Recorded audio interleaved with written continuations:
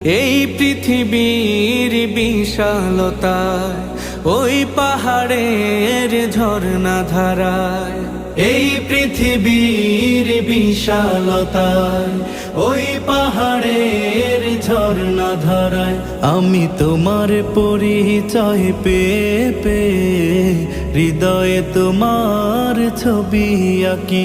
আমি তোমাকে খুঁজি, আমি তোমাকে দেখি, আমি তোমার প্রেমের কবিতা লিখি।